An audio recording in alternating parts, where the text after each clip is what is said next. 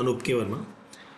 इस particular session के अंदर हम बात करेंगे यूपीपीएससी के पीवाईक्यूज़ को, और यूपीपीएससी के पीवाईक्यूज़ की हम बात करें तो this is the part 1 of the subject ecology and the environment.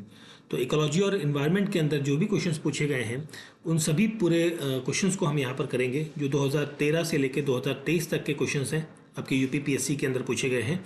उन सभी को हम यहाँ पर 3 पार्ट्स के अंदर कवर अप करेंगे। तो this is the part first of this particular series. इस पूरे सेशन को हम 3 भागों में पूरी सब्जेक्ट्स को डिवाइड किया है। तो this is the part 1 of this particular series. ठीक है, पार्ट 1 के अंदर हम क्वेश्चंस को यहाँ पर देखेंगे, और इस क्वेश्चन सीरीज़ को मैं सिर्फ इंग्लिश लैंग्वेज के अंदर कवर करूँगा, इसको मैंने हिंदी ट्रांसलेट नहीं किया है।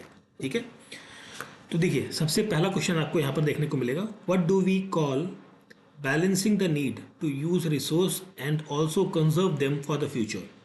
हम उस चीज़ को क्या कहेंगे जिसमें हम रिसोर्सेज को यूज़ करेंगे और कंजर्व करेंगे फॉर द फ्यूचर के लिए, उसे हम कहते हैं सस्टेनेबल डेवलपमेंट। ठीक है, जिसे हम हिंदी में सतत विकास दर या सतत विकास बेसिकली कहा जाता है। सस्टेनेबल डेवलपमेंट जो एक विजनरी अप्रोच है जो कि फुलफिल करेगा आपकी प्रेजेंट रिक्वायरमेंट्स को, ठीक है, बिना शॉर्ट लिस्ट करे हुए। मतलब ये कह लीजिए कि आपकी कोई रिक्वायरमेंट है उसको फुलफिल करेंगे और फ्यूचर के लिए भी बचाएंगे। मतलब आज का खर्चा और फ्यूचर की बचत, ये दोनों चीज़ें यहाँ पर मेंशन करी जाएंगी, और इसके लिए एक गोल सेटअप किया गया है। ठीक है, सस्टेनेबल डेवलपमेंट गोल जो कि हैं 17 गोल्स यहाँ पर आपको सेटअप किए गए हैं उसके लिए, और 169 टारगेट्स यहाँ पर कलेक्टिवली अप्रूव किए गए हैं। किसके द्वारा? 169 टारगेट्स यहाँ पर अप्रूव किए गए हैं। Target has been approved by the United Nations के द्वारा, यूनाइटेड नेशन मेंबर स्टेट्स के द्वारा ये अप्रूव किए गए हैं। ठीक है, ताकि हम अपनी नीड्स को भी फुलफिल कर सकें और फ्यूचर के लिए भी हम सेव कर सकें, ताकि फ्यूचर जनरेशन के लिए भी उनको चीज़ों को रिसोर्सेज की एलोकेशन मिल सके। नेक्स्ट क्वेश्चन है एग्जाम्पल ऑफ लोक्टिक इकोसिस्टम। लोक्टिक इकोसिस्टम क्या होता है? देखिए, लोक्टिक इकोसिस्टम दैट मीन्स रिवर। अब देखिए, इसको एक एग्जाम्पल से आप बहुत आसानी से समझ सकते हैं कि जैसे लोक्टिक इकोसिस्टम एक फ्रेश जो भी ऐसा सिस्टम जो ओपन एयर में है, ठीक है, मतलब या कह लीजिए देखिए लोक्टिक है ना, लोक्टिक दैट मीन्स पहाड़ है, रिवर्स है, बेसिकली रिवर्स है, रिवर्स हो गए ये आपके किस में आते हैं? लोक्टिक में। और जो ये पॉन्ड है आपका, पॉन्ड, मार्शी एरियाज, ये सारे आते हैं लैंक्टिक इकोसिस्टम में। ठीक है, जहाँ पर वाटर जो है या फिर आप इसको ऐसे देख लीजिए, लोक्टिक दैट मीन्स फ्लोइंग वाटर, जहाँ पर पानी आपका बह रहा है, और दैट इज लोक्टिक। और ये है आपका लेंटिक। लेंटिक क्या होता है? This is a still water, जहाँ पर पानी रुका हुआ है, ठहरा हुआ है। ठहरा कहाँ पर होता है? तालाब में होता है। ठीक है, ये इस तरीके से कांस्टेंट फ्लो ऑफ वाटर जो है, इस तरीके से आप इन दोनों चीज़ों को, इन दोनों वर्ड्स के बीच में डिस्टिंग्विश कर सकते हैं। और ये एग्जाम्पल हैं जैसे लेक, पॉन्ड, ये सारी चीज़ें आ जाती हैं लेंटिक के अंदर। और लोक्टिक के अंदर फ्लोइंग वाटर आपका देखने को मिलता है। फ्लोइंग वाटर के साथ साथ रिवर्स के साथ और एग्जाम्पल्स की बात करूँ तो यहाँ पर आपको मिलेगी स्ट्रीम्स, क्रीक्स। ठीक है, तो ये सारे एग्जाम्पल्स हैं लोक्टिक इकोसिस्टम के।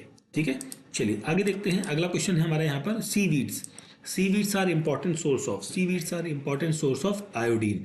ऑप्शन बी यहाँ पर करेक्ट आंसर होगा।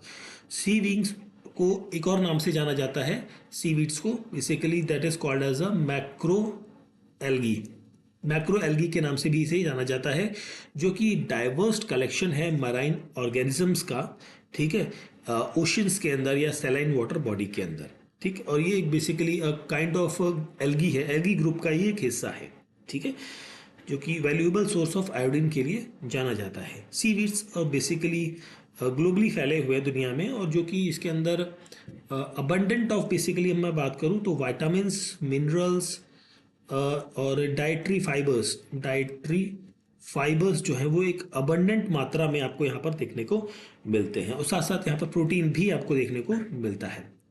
ठीक है, तो ये चीज़ें हैं। और सीवीड्स जो हैं बेसिकली, जैसे प्रोडक्ट्स की हम बात करें तो नूरी एक होता है term, not Noori, that is Noori basically sushi में यूज़ किया जाता है। सुशी जो एक डिश खाते हैं, जापानीज डिश है, उसके अंदर ये यूज़ किया जाता है।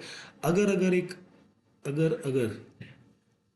ठीक है, जहाँ पर एक वेजिटेरियन जेलेटिन अल्टरनेटिव्स है और एक आता है कल्प।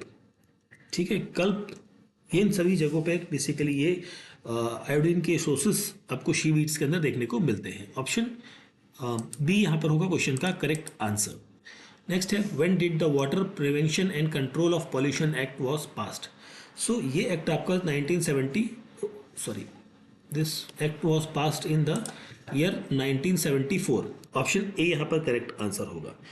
ठीक है, और ये 74 में तो पास हुआ था पूरे देश में for wholesome of water body को प्रिवेंट करने के लिए, कंट्रोल करने के लिए या प्रिवेंट करने के लिए। और इसका एक अमेंडमेंट होता है, इसमें अमेंडमेंट किए जाते हैं। एक अमेंडमेंट आपका देखने को मिलता है 1988 के अंदर। ठीक है, तो ये अमेंडमेंट भी मेरी पूछा जा सकता है कि लेटेस्ट अमेंडमेंट कब हुआ था इससे रिलेटेड, तो ये चीज़ भी आपको ध्यान रखनी है।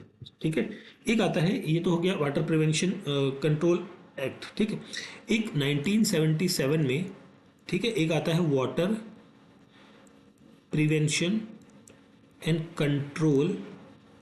Control of pollution cess act. ये लगता है सेस एक्ट। ठीक है, जिसपे मतलब एक सेस लगाया जाता है, ये इंट्रोड्यूस किया जाता है, जो कि collection of tax and cess basically water consumption पर लगाया जाएगा। ऑन व्हाट, किस पर, जो कि इंडस्ट्रीज़ है, इंडस्ट्रीज़ या फिर लोकल अथॉरिटीज़ के ऊपर, लोकल अथॉरिटीज़ के ऊपर। अब ये लोकल अथॉरिटी क्या करेंगे, लोकल अथॉरिटी किससे वो जो टैक्स है वो किससे लेंगी, जो आम पीपल है या जो आम लोग हैं उनसे वो टैक्स लिया जाता है बेसिकली एक तरीके से। ठीक है, सेस वाला आता है 77 में, और 74 में आता है आपका जो प्रिवेंशन कंट्रोल एक्ट है। ठीक है, नेक्स्ट क्वेश्चन है, national park genetic diversity are maintained by. National park and genetic diversity are maintained by the in situ conservation. अब देखिए दो टाइप के कंजर्वेशन होते हैं, एक इन सीटू और एक्स सीटू। एक इन सीटू की जब हम बात करते हैं, ये एक ऐसा स्पीसीज़ के लिए इकोसिस्टम है या सेफ गार्ड एरिया है जो कि नेचुरल हैबिटेट है, जो प्राकृतिक हैबिटेट है आपका, उसके बारे में यहाँ पर डिस्कशन होता है। नेचुरल हैबिटेट का मतलब यहाँ पर हो गया कि जैसे आपका नेशनल पार्क्स हो गए, ठीक है, नेशनल पार्क्स के साथ साथ वाइल्ड लाइफ सेंचुरीज हो गई आपकी। ठीक है, तो ये सारी क्या है, इन सीटू कंजर्वेशन में आती हैं। ठीक है, जिसके अंदर ecological process, genetic diversity, evolution capacity, ठीक है, वो अपने नेचुरल एनवायरनमेंट में देखने को मिलती है। एक्स सीटू कंजर्वेशन ये आपका आउटसाइड द नेचुरल हैबिटेट है, बेसिकली कह लीजिए आउटसाइड नेचुरल हैबिटेट या फिर अब इसे आर्टिफिशियल हैबिटेट कह सकते हैं। ठीक है, जो कि बेसिकली कंट्रोल्ड एनवायरनमेंट यहाँ पर देखने को मिलता है, मतलब रीअलोकेट किया जाता है चीज़ों को विद द कंट्रोल्ड एनवायरनमेंट। जिससे एग्जांपल की हम बात करें तो यहाँ पर आपके जू हो गए, चिड़ियाघर, बोटैनिकल गार्डन्स हैं आपके, बोटैनिकल गार्डन्स, ठीक है, एंड सीड बैंक्स, ठीक है, एंड जीन बैंक भी यहाँ पर आपको मिलेगा, जीन बैंक। तो ये सारी चीज़ें आपकी कहाँ आती हैं, एक्स सीटू कंजर्वेशन के अंतर्गत आती हैं। ठीक है, जो बेसिकली सिंपल समझ लीजिए, इन सीटू नेचर और एक्स सीटू आर्टिफिशियल। ठीक है, तो इस तरीके से मेंटेन्ड होता है। ऑप्शन नंबर ए होगा यहाँ पर क्वेश्चन का correct answer. Now coming to the question number next question, which of the following is not a biodegradable polluter. Biodegradable polluter नहीं है, तो ओके एक मिनट, नॉट पूछा है ना, ओके, तो ये आपका पेस्टिसाइड है। ऑप्शन डी होगा यहाँ पर करेक्ट आंसर। अब देखिए बायोडिग्रेडेबल एंड नॉन बायोडिग्रेडेबल आपको पता ही है, तो ये जो बायोडिग्रेडेबल होता है, जो यहाँ पर मैं लिखता हूँ, बायोडिग्रेडेबल जो होता है वो डिकम्पोज हो जाता है बाय द ऑर्गेनिक एक्टिविटीज़ और माइक्रोब्स और बैक्टीरियाज की हेल्प से। जो नॉन बायोडिग्रेडेबल मटेरियल है वो डिकम्पोज नहीं होता with the help of bacteria और माइक्रोबियल एक्टिविटीज़ की वजह से डिफरेंट सेगमेंट के अंदर। ठीक है, तो या बायोडिग्रेडेबल पोल्यूटेंट की हम बात करें तो ये ऐसे सब्सटेंस हैं जो पोल्यूशन कॉज करते हैं, बट उनकी खुद की एबिलिटी होती है कि वो समय के साथ साथ नेचुरली टाइम जैसे जैसे पास होता है वो आप अपने आप ही ख़त्म हो जाते हैं, एग्जॉस्ट हो जाते हैं। जैसे कि यहाँ पर मैं बात करूँ कि जैसे ऑर्गेनिक वेस्ट हो गया, ऑर्गेनिक वेस्ट जैसे हमारे घरों में जो सब्जियाँ काटते हैं ठीक है, तो जो उसका छिलका होता है, ये सब चीज़ें होती हैं, ये क्या है, समय के साथ साथ अपने आप ऑटोमेटिकली डिजॉल्व हो जाती हैं या डिकम्पोज हो जाती हैं। और यहाँ पर हम बात करें तो पेपर प्रोडक्ट, जैसे पेपर्स है, पेपर हो गया, या नेचुरल फाइबर्स है, ये सारे क्या हैं, डिकम्पोज होने वाली चीज़ें हैं। ठीक। नॉन बायोडिग्रेडेबल पॉल्यूटेंट्स की हम बात करें, जैसे इसमें DDT आता है, DDT, प्लास्टिक्स, ठीक है, एंड प्लास्टिक या पॉलीथीन बैग, बैग्स जिसे हम कहते हैं, पन्नियाँ जिसे हम देसी भाषा में कहते हैं, इंसेक्टिसाइड्स, ठीक है, पेस्टिसाइड एंड मर्करी, ये सब चीज़ें क्या हैं, नॉन बायोडिग्रेडेबल सब्सटेंसेस में आते हैं, जो इजीली ब्रेक नहीं होते थ्रू द नेचुरल प्रोसेस में। ठीक है, तो क्वेश्चन का करेक्ट आंसर होगा ऑप्शन नंबर डी। आगे बढ़ते हैं अगले क्वेश्चन की तरफ। सो हमारा नेक्स्ट क्वेश्चन है यहाँ पर मैच ऑफ द फॉलोइंग है। सो देखिए, ये आपके ओके, इस पॉइंट को हटा दिए, ये डबल डबल आ गया है, कोई दिक्कत नहीं। सस्टेनेबल डेवलपमेंट गोल SDG 10, ये किसके लिए है, ये है रिड्यूस इन इक्वलिटी के लिए। 13 है ये आपका क्लाइमेट एक्शन के लिए है। 14 है आपका लाइफ बिलो वाटर। 15 है आपका लाइफ ऑन लैंड।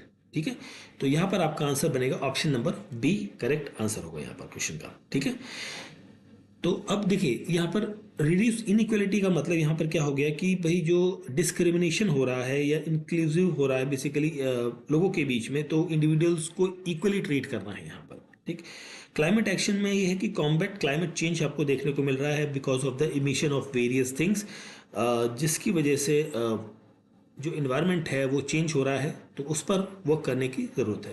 तो ये सारी चीज़ें हैं, तो ऑप्शन बी होगा यहाँ पर क्वेश्चन का करेक्ट आंसर। नेक्स्ट हम बढ़ते हैं अपने अगले क्वेश्चन पर। तो हमारा नेक्स्ट क्वेश्चन है, which of the following is not a sustainable development goal target achieve by 2030। तो SDG का हिस्सा नहीं है, तो यहाँ पर है स्पेस रिसर्च। स्पेस रिसर्च यहाँ पर SDG का हिस्सा नहीं है, ऑप्शन डी होगा यहाँ पर करेक्ट आंसर। अब देखिए, ये जो SDG 1 है, ये this is SDG sustainable development goal 1, इसका जो पॉइंट है दैट इज नो, एक मिनट सॉरी, मैं यहाँ लिख देता हूँ, मैं सबको लिख ही देता हूँ एक बार। ठीक है, उसके बाद हम बात करते हैं। पहले देखिए SDG 1, 2, 3, 4, 5, 6, 7, 8, 9, 10, 11, 12। ओके, फिर यहाँ लिखते हैं 13, 14, 15, 16 एंड 17। ओके, तो देखिए सबसे पहला जो है हमारा, this talks about the no poverty, no poverty. ठीक, सेकंड है आपका जीरो हंगर, जीरो हंगर। ठीक है, ये this is the second, zero hunger. Third है आपका कौन सा, good health and well being. ठीक है, फोर्थ ये हो गया थर्ड। फोर्थ कौन सा है आपका, that is the quality education, quality education. Fifth है आपका gender equality, gender, this is fifth, equality. ठीक है, एंड सिक्स्थ आता है हमारा यहाँ पर clean water and sanitation, clean water and sanitation. Seventh SDG है हमारा अफोर्डेबल एंड क्लीन एनर्जी। ठीक है, ये सारे आपको याद होने चाहिए, इन सीक्वेंस में आपको याद होनी चाहिए। और सेवेंथ के बाद आता है decent work and economic growth, decent work and economic growth. ठीक है, एंड नाइन्थ आता है हमारा यहाँ पर, that is industry, innovation and infrastructure. ये 3I बेसिकली आप इसे कह सकते हैं। या 10th में हमारा मिलता है, that is the reduce in equality, reduce in equality. ठीक है, 11th है हमारा यहाँ पर sustainable cities, sustainable cities and communities. ठीक, 12th हमारा है यहाँ पर, that is the responsible consumption and production.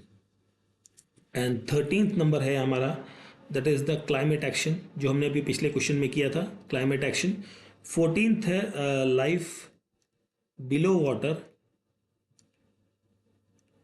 और 15th है लाइफ ऑन लैंड, 16th आता है peace, justice and strong institution, ठीक है। एंड लास्ट यहाँ पर है आपका पार्टनरशिप फॉर द गोल। तो ये जो 7 सस्टेनेबल डेवलपमेंट के पॉइंट्स हैं, ये सारे के सारे आपको अच्छे से याद होने चाहिए, ना किसी एग्जाम में ज़रूर टकराएंगे आपसे, ठीक है। तो चलिए बढ़ते हैं अगले क्वेश्चन की तरफ। सो नेक्स्ट क्वेश्चन हमारा यहाँ पर है the agenda 21 of Rio summit 1992 is related with. So agenda 21 जो है ये रिलेटेड है विद द सस्टेनेबल डेवलपमेंट से। जो अभी हमने 17 पॉइंट्स की बात करी, तो ये सारे पॉइंट्स जो हैं उसी के अंतर्गत आते हैं। एजेंडा 21 या फिर इसे हम कहा जाता है अर्थ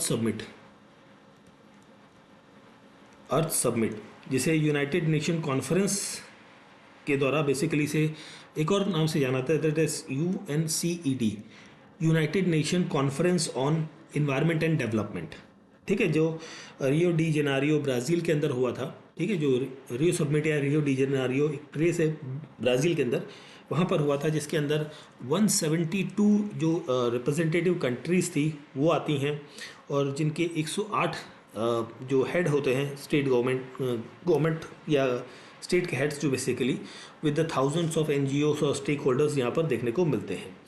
इसके साथ साथ इस कन्वेंशन के अंदर बेसिकली 3 चीज़ें आपको देखने को मिलती है। कन्वेंशन ऑफ बायोडाइवर्सिटी आप एक्ट होता है एक, तो कन्वेंशन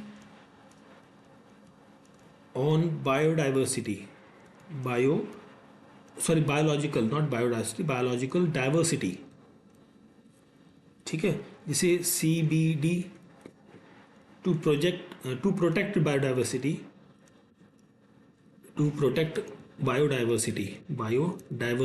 ये चीज़ होती है। और UNFCCC ये चीज़ होती है टू रिजर्व क्लाइमेट चेंज के लिए, ठीक है। और एक होता है एजेंडा 21 जो कि प्रमोट करेगा इसको, सस्टेनेबल डेवलपमेंट को, ठीक है। तो ये सारी चीज़ें यहाँ पर देखने को मिलती हैं। तो क्वेश्चन का करेक्ट आंसर होगा option number B, sustainable development. चलिए आगे देखते हैं नेक्स्ट क्वेश्चन हमारा।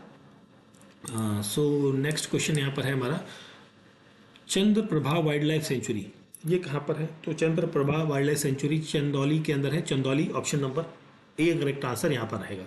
चंदौली स्त्री 2 मूवी आई थी, उसमें चंदौली एक प्लेस है, तो दैट इज चंदौली, ठीक है। ये वही प्लेस है एक तरीके से कहा जाए तो। Chandauli wild life sanctuary Uttar Pradesh के अंदर, चंदौली डिस्ट्रिक्ट के अंदर है चंद्रप्रभा वाइल्ड लाइफ सेंचुरी, ठीक है। एंड ऑप्शन ए यहाँ पर होगा, डायरेक्ट आंसर है, तो नथिंग मोर इज देयर। चल आगे बढ़ते हैं। विच of the following factors is the most important factor for the loss of biodiversity? Most important factor, तो मोस्ट इंपॉर्टेंट फैक्टर्स इसमें है डिस्ट्रक्शन ऑफ नेचुरल हैबिटेट, ठीक है। Destruction of natural habitat is most crucial factor of biodiversity loss, जिसके अंदर हम बात करें कि जो लॉस होता है वो किसका हो रहा है? फॉरेस्ट का हो रहा है, वेटलैंड्स का हो रहा है, वेटलैंड्स का लॉस यहाँ पर आपको देखने को मिलेगा, कोरल रीफ का भी लॉस यहाँ पर आपको देखने को मिलता है, ग्रासलैंड्स का भी लॉस आपको देखने को मिलता है। मतलब जो ह्यूमन एक्टिविटीज़, जैसे कि हम डिफॉरेस्टेशन की बात करें, डिफॉरेस्टेशन, अर्बनाइजेशन, पोल्यूशन, ये सारी चीज़ें जो हैं वो हैबिटेट को क्या कर रही हैं? डिस्टर्ब कर रही हैं, ठीक है। तो इन्वायरमेंट के अंदर बेसिकली यहाँ पर हम बात करें तो बायोडाइवर्सिटी को लॉस करने वाली जो चीज़ें हैं वो ह्यूमन का इंटरेक्शन है, ठीक है, जो नेचुरल हैबिटेट को डिस्ट्रक्ट करता है, जो सबसे इंपॉर्टेंट है। बाकी चीज़ें भी हैं, पेस्ट कंट्रोल है, जेनेटिक एसिमिलेशन भी हैं, बट जो मोस्ट इंपॉर्टेंट है या मोस्ट इफेक्टिव जो पॉइंट है वो आपका यहाँ पर रहेगा, destruction of natural habitat by the humans basically, ठीक है, ह्यूमन एक्टिविटीज़। नेक्स्ट है non conventional source of energy are those energy that are renewable. देखिए, एक होती है कन्वेंशनल, एक होती है कन्वेंशनल सोर्स ऑफ एनर्जी, ठीक है, जिसके अंदर फॉसिल फ्यूल्स आते हैं जो हम आमतौर पे इस्तेमाल करते आ रहे हैं, फॉसिल फ्यूल्स, पेट्रोलियम, कैरोसिन, ये सब चीज़ें। एक होती है non conventional source of energy, ठीक, जो आपकी जिसे आप रिन्यूएबल सोर्स ऑफ एनर्जी कहते हैं, और ये कन्वेंशनल आपका non renewable source of energy होता है, जिसमें कि सोलर एनर्जी हो गया, एयर एनर्जी हो गया, विंड एनर्जी हो गया, या ओशनिक या टाइडल, बेसिकली टाइडल एनर्जी हम कहते हैं। तो ये इस टाइप की जो भी एनर्जीज हैं वो कम आती हैं in the basically renewable source of energy या non conventional source of energy से। ये एनर्जी जो है वो इसके जो फैक्ट मतलब प्रॉफिट फैक्टर्स या कह लीजिए कि जो अच्छी चीज़ें हैं वो ये हैं कि ये पॉल्यूशन को कम कर देती हैं, तो पॉल्यूशन रिड्यूस हो जाता है इससे, ठीक है। और डाइवर्सिफिकेशन आपको यहाँ पर देखने को मिलेगा, सस्टेनेबिलिटी आपको यहाँ पर देखने को मिलती है इन दिस पर्टिकुलर केसेस के अंदर, ठीक है। वहीं पर अगर जो कन्वेंशनल सोर्सेज की हम बात करें, they are finite but major stakeholder in the source of energy जो है वो अभी भी स्टिल कन्वेंशनल सोर्स ही आपका चल रहा है, जिसके अंदर कोल, पेट्रोलियम, नेचुरल गैसेस, उन सभी का हम यहाँ पर इस्तेमाल करते हैं, ठीक है। तो ऑप्शन बी होगा यहाँ पर क्वेश्चन का correct answer. Which of the following is known as the world wetland day. तो वर्ल्ड वेटलैंड डे 2 फरवरी को मनाया जाता है, 2 फरवरी, और ये शुरू हुआ था 1971 से, ठीक है। एक रामसर कन्वेंशन हुई थी। रामसर कन्वेंशन कहाँ पर हुई थी? ईरान के अंदर। ईरान एक प्लेस है, रामसर एक प्लेस है ईरान के अंदर, वहाँ पर ये कन्वेंशन देखने को मिलती है। और ये कन्वेंशन एक इंटरनेशनल ट्रीटी थी जिसमें हम कंजर्व करेंगे या सस्टेनेबल यूज़ करेंगे वेटलैंड्स का। और इंडिया जो है, India is member of this particular signatory from 1982 to 71 में ये बना था, इसका साइन हुआ था, बट भारत इसका मेंबर 1982 से होता है। और वर्ल्ड वेटलैंड डे ऑब्जर्व किया जाता है 2 फरवरी को, ठीक है। एंड अभी 80 के आसपास हमारे वेटलैंड साइट्स हो गए हैं भारत में, और सबसे ज़्यादा तमिलनाडु के अंदर है, तमिलनाडु में 14 है, एंड उत्तर प्रदेश के अंदर लगभग 10 वेटलैंड साइट्स आपको देखने को मिलती हैं, ठीक है। वर्ल्ड वेटलैंड डे 2 फरवरी एवरी ईयर। चलिए next question. When the environment protection act for the protection and preservation of the environment was passed by the government of India. So it is passed in the 1986 में ये act पास होता है, ठीक है। And after the basically कहा जाए तो एक ट्रेजेडी हुई थी, Bhopal gas tragedy, Bhopal gas tragedy. तो उसके बाद ये जो बेसिकली इन्वायरमेंट प्रोटेक्शन एक्ट है जो 86 में ये आता है, ईपीए से शॉर्ट फॉर्म में कई बार हम पढ़ते हैं इन्वायरमेंट प्रोटेक्शन एक्ट, ठीक है। और ईपीए जो है ये ट्रेस्ड करता है इंडिया को, इन्वॉल्व द बेसिकली ये इन्वॉल्वमेंट होती है यूनाइटेड नेशन कॉन्फ्रेंस की जो ह्यूमन इन्वायरमेंट पर होती है, जो कहाँ पर होती है? स्टॉकहोम में हो रही है 1972 के अंदर, ठीक है। तो उसी का एक्सटेंशन आपको यहाँ पर, उसी के अनुसार हम यहाँ पर अपना environment protection act of India जो है वो गवर्नमेंट ऑफ इंडिया यहाँ पर लॉन्च करती है 1986 के अंदर, लॉन्च आप बेसिकली इंट्रोड्यूस करती है। Which of the following is not a green house gas. Simple question है, argon is not a green house gas. अब ग्रीन हाउस गैस की हम बात करें तो कार्बन डाइऑक्साइड है, कार्बन मोनोऑक्साइड आपकी है, मीथेन है आपकी, क्लोरोफ्लोरोकार्बन्स है, ठीक है। These are the green house gases. And argon जो है बेसिकली यहाँ पर, आर्गन जो है this is belongs to the noble gas, this is a noble gas जो कि लैकिंग करती है कैपेसिटी ऑफ एब्जॉर्ब और इमिट इंफ्रारेड रेडिएशन के टर्म्स में, ठीक है। और क्रिटिकल एस्पेक्ट है ग्रीन हाउस गैस का हीट एंड ट्रैपिंग, ठीक है। मतलब ये क्या है, ये हीट एब्जॉर्ब करने में असमर्थ है, बहुत ज़्यादा हीट एब्जॉर्ब नहीं कर पाती आर्गन। और ग्रीन हाउस गैस का जो मेन इफेक्ट है या मेन वर्क है वो है कि वो हीट को एब्जॉर्ब कर लेती है, या फिर इसे कह लीजिए आप एनट्रैपमेंट यहाँ पर आपको देखने को मिलेगा। मतलब हीट आ गई तो भाई उसको अपने अंदर समा लेती है, उसको निकलने नहीं देती, ठीक है। तो यहाँ पर आर्गन जो रहेगा वो रहेगा करेक्ट आंसर यहाँ क्वेश्चन का। With reference to the ecological niche which of the following statement is correct, okay. तो इकोलॉजिकल नीश जो है can be described as a functional role and micro habitat position, बिल्कुल ये करेक्ट है आपका, ठीक है। तो it represents the condition where that it tolerates resources, it utilizes and it's a functional role in the ecosystem। तो पहला statement यहाँ पर करेक्ट है, ठीक है। रिसोर्सेज को यूटिलाइज करना है, टाइमली मैनेज करना है uses as well as the interaction with the other species के साथ में। Each species has a distinct niche, हर स्पीसीज का एक डिस्टिंक्ट नीश है, बिल्कुल ये भी करेक्ट है। बिकॉज एक लॉ ऑफ कॉम्पिटिटिव एक्सक्लूजन होता है, लॉ ऑफ कॉम्पिटिटिव एक्सक्लूजन आपको देखने को मिलेगा, ठीक है, जो कि रिलेवेंट है कि no two species can identifiably share the same niche and via identical resources with a single habitat. मतलब ये कह लीजिए कि जैसे सपोज करिए कि एक बेस्ट एग्जांपल आप इसको ले लीजिए, कॉम्पिटिटिव एक्सक्लूसिव, मतलब एक ही प्रजाति की दो चीज़ें हैं, ठीक है।